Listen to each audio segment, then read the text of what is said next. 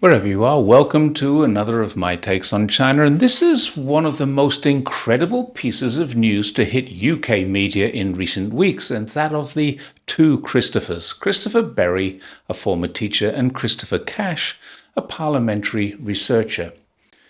What's happened is that the British Crown Prosecuting Solicitor, the CPS, has dropped charges that were laid against these two people who were allegedly spies for China. One thing is very clear, and that is there has been absolutely no indication or even allegations that the Chinese government or embassy influenced the decision whatsoever. China's probably looking at this case and saying, what the heck is going on there? Well, I don't know much about the case. And that's not because I haven't tried finding out. It's because there's almost no information in any media other than hysteria that the case has been dropped. But I do know that there's a huge amount of controversy over it. And even Donald Trump has expressed concerns that Sir Keir Starmer, a former CPS himself, can't control his own judicial processes, something I would have expected most British people would be happy about, rather than have any concerns, because it does prove the independence of the judiciary from government interference. Why did the case collapse? And this is really interesting. Around the same time as these men were being charged, there was a legal dispute going on with a Bulgarian group accused of spying for Russia. At issue was the word enemy. Because in the Official Secrets Act, a 100-year-old act, the Bulgarian defense lawyers argued that the word should apply only to a country that was at war with Britain, or likely to be so in the foreseeable future. Russia was not an enemy, and the case fell over. The Court of Appeal later ruled that an enemy could be a nation that represented a current threat to the national security of the UK, such as Russia, adding friendly powers would fall outside of this definition. Now, this is important in a moment. Whatever happened to that is immaterial because it's all been overwritten. The Official Secrets Act, which caused that problem to be repealed, has now got new legislation called the National Security Act. And if that sounds familiar, it's because both the UK and USA have been accusing China of implementing one in Hong Kong. That's a different story. The problem appears to have been that these two were spies, but they were not spies for a country that had been deemed a national security threat or an enemy at the time they were spying. New laws means that they can be charged if they do it now, but they can't be charged retrospectively for doing it then. But here's the rub. Not one report I've seen has shown us to what extent these people were spying. Were they simply writing blogs that the Chinese were reading? Were they giving advice that the Chinese could act upon? Were they getting paid for anything that might have been seen to have been exposure of secrets? No one knows, because up to now, not one report has provided any of this information, despite there being a complete removal, a dropping of all charges, and the two Christophers are now absolutely and totally free to get on with their heavily disrupted lives. If they were getting paid, then they could have been charged and convicted of being unregistered agents of foreign influence, so it's highly unlikely they were not getting paid. Boris Johnson's former advisor, Dominic Cummings, has told The Times some strap stuff was compromised and vast amounts of data classified as extremely secret and extremely dangerous for any foreign entity to control was compromised. STRAP means Secret Technical and Research Assessment Program. In other words, highly sensitive and very secretive stuff. Now, how a 30-year-old and therefore quite junior parliamentary researcher or a 33-year-old teacher not connected to Parliament had access to STRAP stuff hasn't ever been made clear.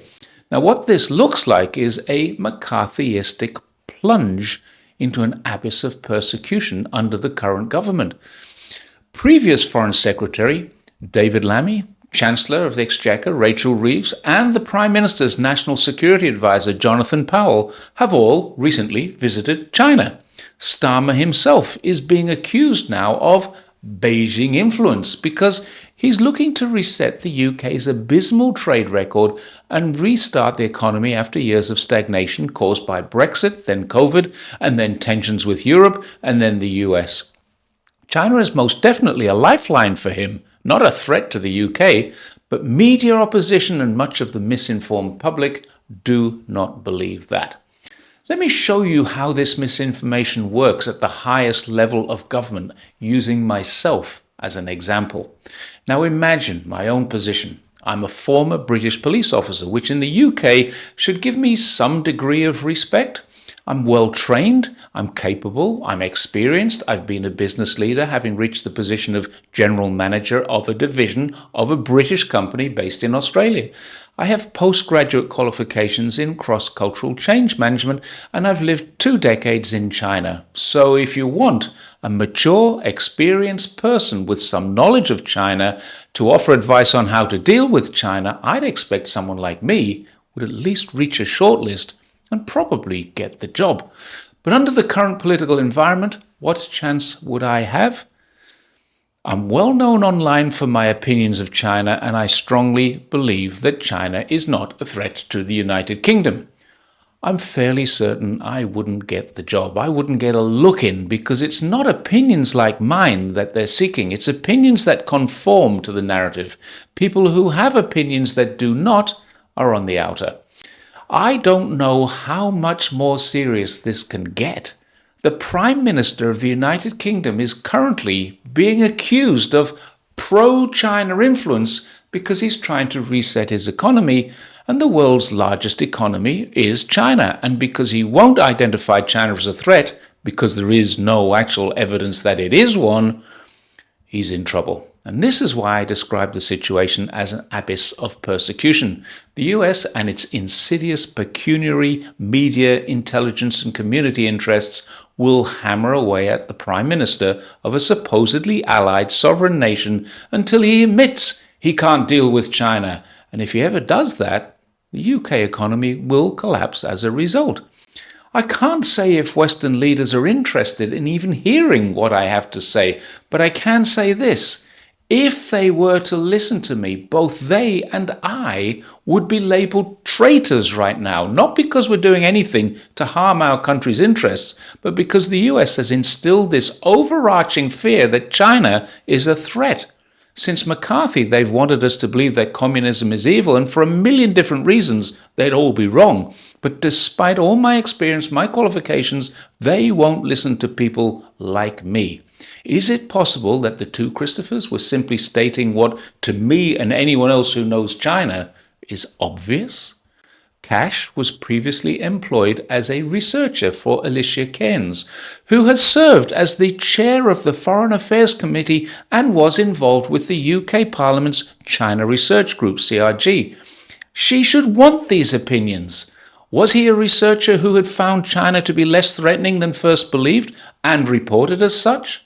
Berry was a teacher. Has he been a teacher in China? I don't know. Did he find that China was a nice place filled with nice people like I did? Honestly, I don't know. None of this information is available in the public domain. What is available in the public domain is that China's a threat, China's a concern, China is a country that instills fear into the public and panic. The politicians, even the intelligence community, are afraid of China. But we also know now, as a result of this case, that according to this British government, the previous British government, and the one before that China was nothing more than a challenge, not a threat.